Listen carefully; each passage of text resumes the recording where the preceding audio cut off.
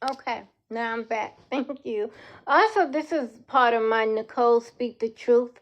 I just want to speak the truth about a lot of things. So when you see that hashtag, that's mine of just speaking the truth about a lot of things, whether it's personal things or what's going on. Just want to let you know. Back to Melissa. Like I said, I understand you want to be vindicated. My issue with her was going to Aaron because you can clearly see Aaron was damaged, more damaged than Nick. So Nick was damaged, and he used his damage in a way to allegedly abuse women. But Aaron, he used his damage and used it for him to get drugs. He was doing drugs. He has mental illness, well, had mental illness because he passed away. And you can tell he was not mentally all there. You can tell he was, he was dealing with the abuse from drugs. And I don't understand why Melissa would even attempt to use him as a point to vindicate her. That's my issue I have against Melissa. I understand when you're not believed, you want somebody. But me personally, it would not have been Aaron. And like I said, if I was raped by somebody that Aaron knew, I would never want Aaron to take on that pressure because he's already going through things. Why would you put that on him? And if honestly, as I'm just watching Melissa, I knew before I watched the whole documentary, when he started vindicating her and Ashley, I already said it before they got to the part. I said, now watch. Watch he go back on that and say, I don't believe none of them. They was lying. I was wrong for taking enough of them. This is why you do not go to somebody on drugs and suffering from mental illness. You do not do that. Because at the end of the day, you did not get vindicated, Melissa. When Aaron was doing all of this stuff, I actually thought like I looked at you in a bad way. Because I'm like, wait a minute, it's like you took advantage of him too. You added to the list because you can clearly tell that Aaron and Nick love each other deeply. Unfortunately, they was damaged by two parents that used them to pin them against each other, especially Aaron.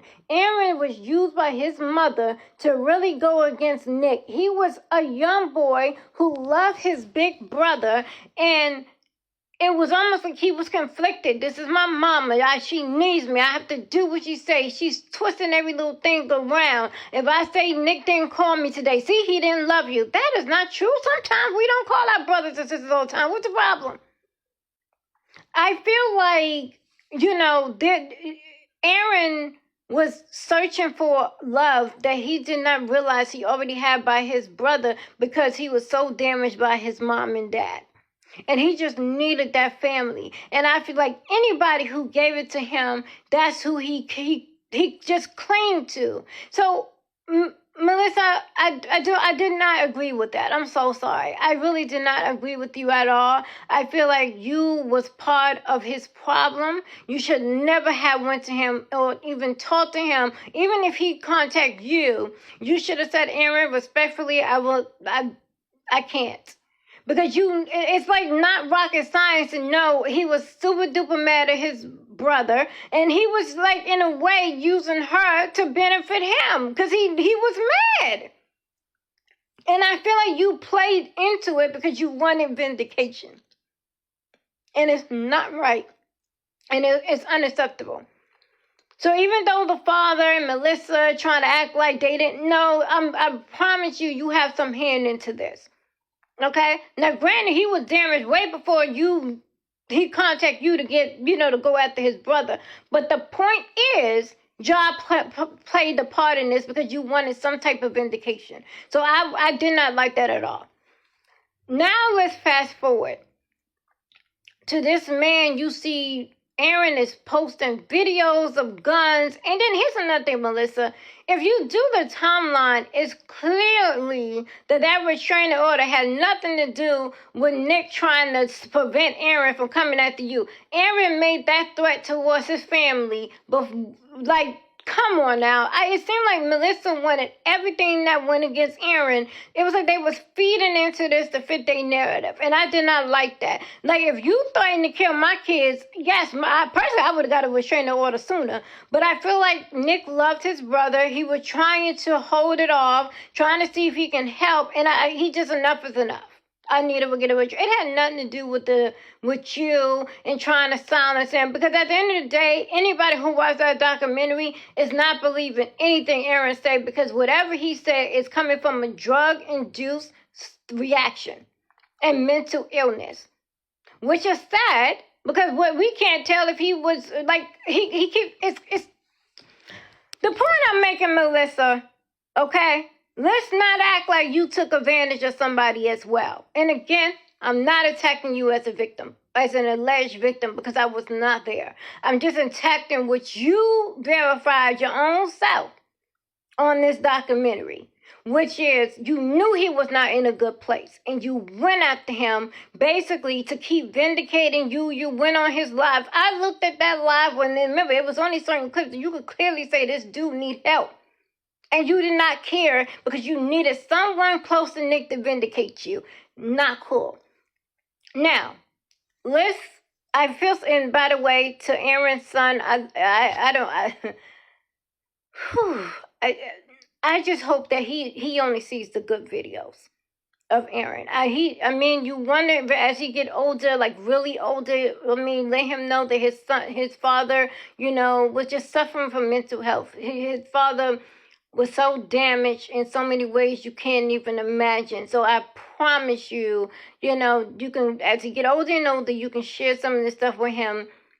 But it was not Aaron's fault. Okay? It's not Aaron's fault at all, what he went through. It's the only thing we can hold Aaron accountable for is not getting the help that he needed.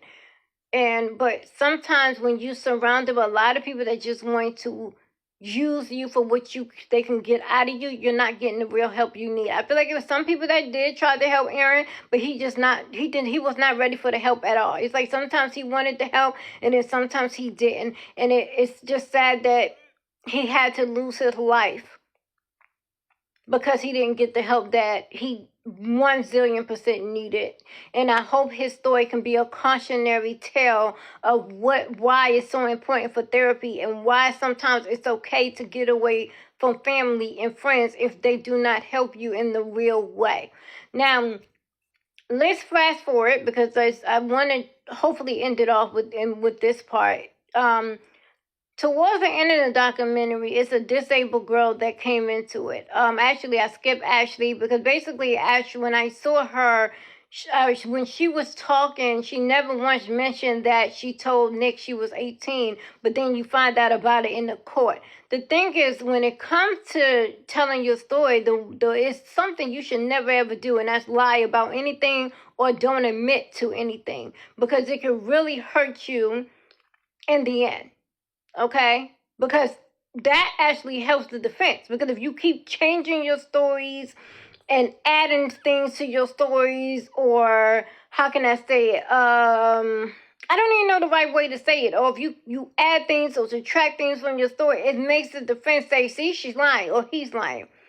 So if you're not ready to remember everything or tell the truth out everything, I mean, she did admit she was drinking a lot. So I was like, okay, Ashley, thank you. You're telling the truth. You were 15, you were drinking a lot. Okay, that's still not your fault, because no is no.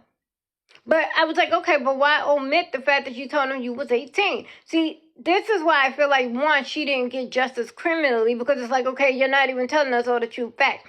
Fast forward to the other girl, more recent, who says now that she has disabilities, and she's saying he raped her on a bus. Now, the thing is, she kept changing her story so many times, we can't keep up with her stories. And that does not look good either. If you keep not remembering, you say, well, I feel like most rape victims remember every part. They might get the timing wrong, but they're going to remember them details. They are like really up in your brain. So the stories are not adding up here. And I think this is the sad part about this whole documentary, is that we have all these women that are saying Nick did this to them, but a lot of they their stories are not either adding up, or it hurts them because they went back and recorded a song with him, or they had other relationship with him, and kept coming back.